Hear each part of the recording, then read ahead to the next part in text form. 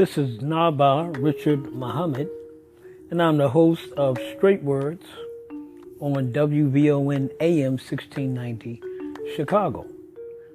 Our weekly radio program airs live 9 p.m. to midnight Central Time, and you can get it live streamed on the iHeartRadio app as well as WVON.com. Our weekly shows are posted on Spotify and on YouTube.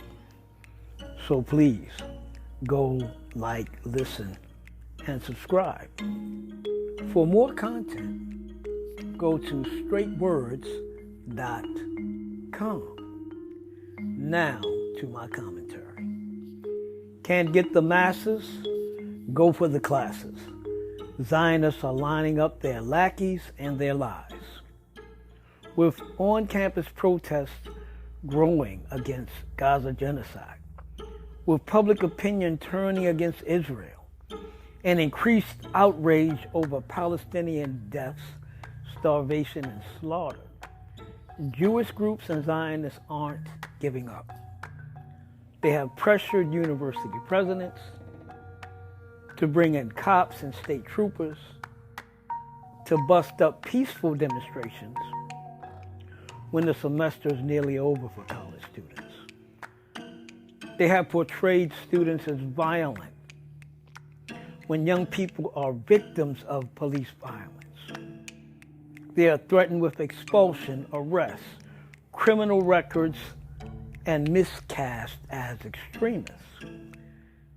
Democrat John Fetterman of Pennsylvania described them as lying in a pup tent for Hamas.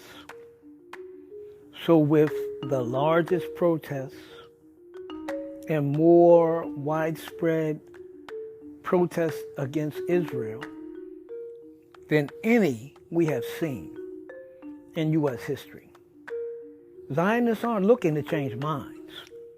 They plan to destroy dissent and activity that unmasks and criticizes Israel. They're using power with the media, endowments to schools, connections with politicians and political donations, and corporate and government influence.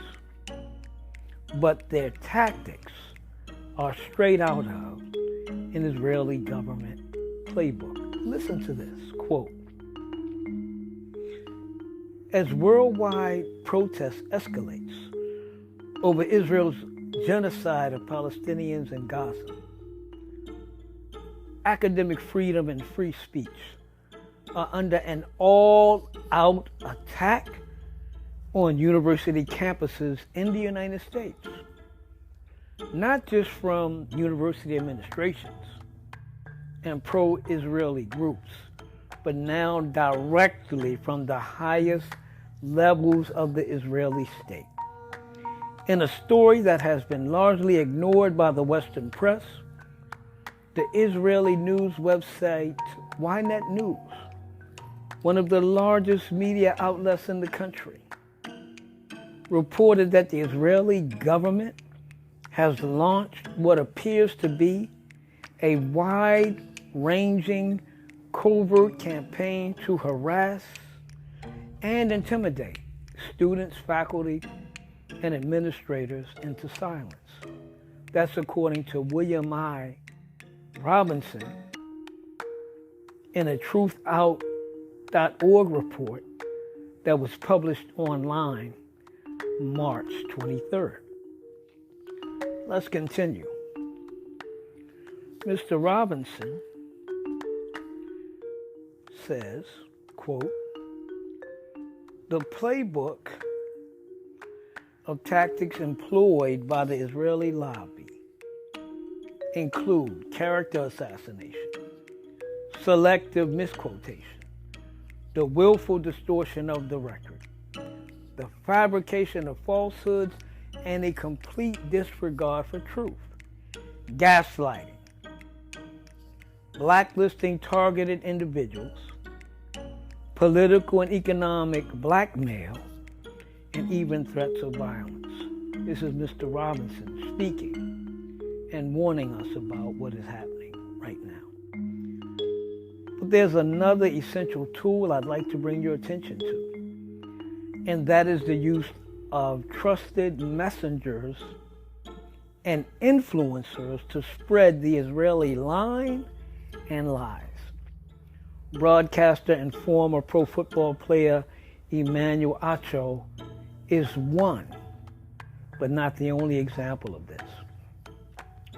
So, according to a recent article in the notoriously anti-black New York Post, Mr. Acho has a book coming out with Israeli activist, actress, and hardcore Zionist Noah Tisby.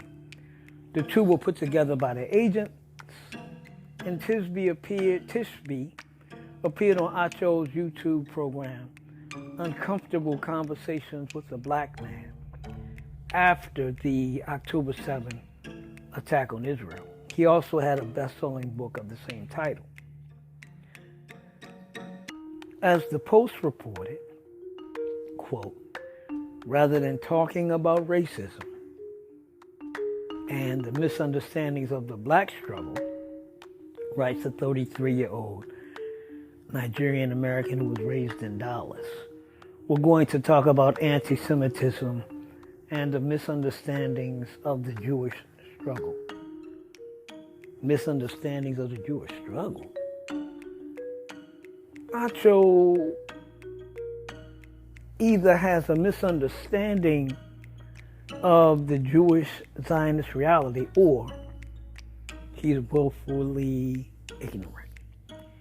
He asks whether Jews are white, which the vast majority of the settler Zionists are in Israel, as are powerful Jews originally from Europe. These are the same people who oppress Ethiopian Jews, black Jews, in what is supposed to be a Jewish homeland. Such reality has led some Orthodox Jews to condemn the state of Israel as an abomination established by man, not the Messiah. Jews are a people scattered across many nations who have no right to Palestine, they say. White Jews are backed by their Caucasian brothers in the United States, the UK, Germany, and other white nations who are co-conspirators in crimes against humanity in Gaza, which has been blockaded by Israel since 2005, and murders and oppression of Palestinians in the West Bank. Israel and Jewish groups like AIPAC, the ADL, the American Jewish Committee, and the Simon Wiesenthal Center are moving to influence black figures and position them as lackeys. Never mind some 35,000 deaths among Gazans, mass graves found after Israeli Defense Force troops pulled out of southern Gaza, or famine that's stalking Palestinians. Their targets are black pastors, black lawmakers, the black press, and even black institutions like Morehouse College in Atlanta, where many are blasting the plan for President Biden, an unrepentant backer of Israel, to deliver the 2024 commencement address. They don't want a president nicknamed Genocide Joe associated with such a special moment at a venerable HBCU. Let's get back to the book. Quote, Acho insisted he's 1,000% proud of the book, especially how it can help heal the battered black-Jewish connection that's been hijacked by misunderstanding. Quote, if the two communities would just spend more time talking, they would understand the similarities and thus the tension would dissipate. He said of what the Post described as the natural affinity both communities have had for one another throughout American history. Well, the problem is he's repeating an old lie and he's omitting harsh truths, such as Jewish involvement in the slave trade, Jews in the Confederacy, the Jewish exploitation of blacks in urban centers, Jews who oppose having blacks live in white suburbs, Jewish opposition to landmark affirmative action programs killed in 1978, and the self-serving use of the civil rights movement to assert Jewish power in ways previously unknown. Consider Reverend Jesse Jackson's 1984 presidential run, where he was targeted and threatened because he wanted a balanced U.S. policy in the Middle East. Jews took out ads declaring, "Ruin, Jesse, ruin," mocking the black chant, "Run, Jesse, run." Nation of Islam minister Louis Farrakhan defended Reverend Jackson against threats on his life and called for dialogue. The minister was attacked, condemned, and the targeting and the slander and the lies have continued for some 40 years. The NOI research group and much of Black America noted the more recent targeting of Kanye West and Kyrie Irving, as well as joke tellers Dave Chappelle and Whoopi Goldberg, for statements that they made that Zionists and Jewish groups condemned and decided they had no right to speak. Congressman Hakeem Jeffries, Democrat out of New York, was attacked for having supported his uncle, the great scholar, Dr. Leonard Jeffries, 32 years ago. Dr. Jeffries was targeted for not agreeing to hide the truth of Jewish slave trading. Jews Selling Blacks, which is a book from the NOI research group, contains 240 pages of this hidden history. It features ads placed in dozens of newspapers across America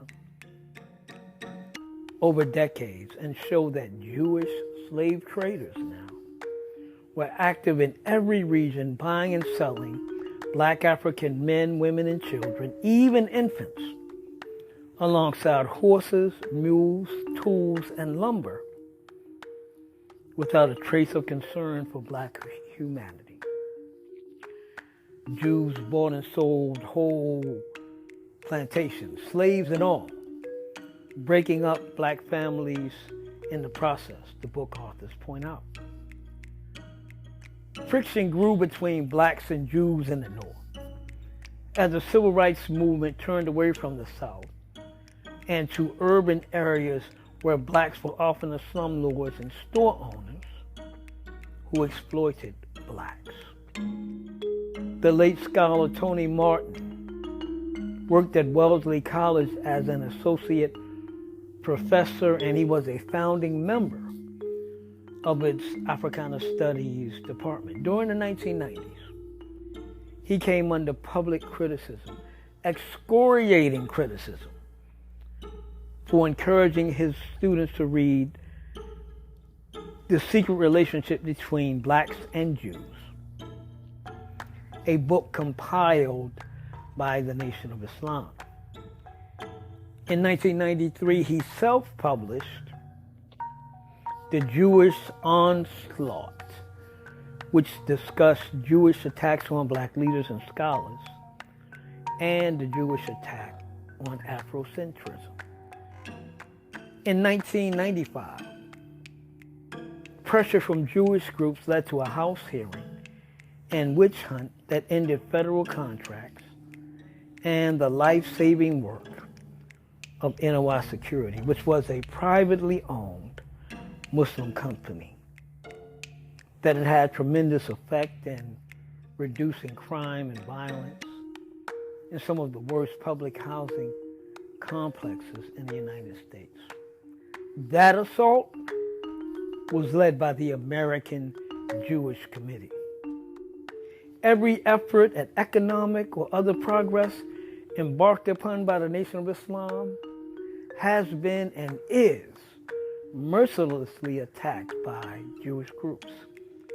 In 2012, Minister Farrakhan took to the streets in Chicago and cities around the country with the fruit of Islam to increase peace, lessen tension, and curb deadly violence. Jewish groups again denounced him and called on black leaders and politicians to disavow that effort. And since the Savior's Day message delivered in Chicago in 2018, the minister has been subjected literally almost daily to slander, outrageous lies. And black celebrities, athletes, politicians, and prominent leaders have been pressed by Jews to condemn him and keep distance from him. But being anti-Zionist is not being anti-Semitic. Jill Stein, the Green Party presidential candidate, recently told Al Jazeera. She was raised Jewish. She has Holocaust survivors in her family. And she says she was taught a narrative that was not entirely true. She described October 7th not as the beginning of violence, but an episode in a history of violence in Israel that primarily includes Israelis perpetuating or perpetrating the violence, Ms. Stein noted. Zionism has been controversial in the Jewish community, she said. It started with Jewish refugees seeking a place in the world, which is understandable, but they had no right to engage in the ethnic cleansing of Palestinians, she said. Ms. Stein was arrested April 27th as she joined protesters at Washington University in St. Louis. She called for an end to the Gaza genocide, saying students and Americans wanted to stop. So don't be fooled by black puppets. Seek and stand on the truth of yesterday and today. It's the only way to change tomorrow.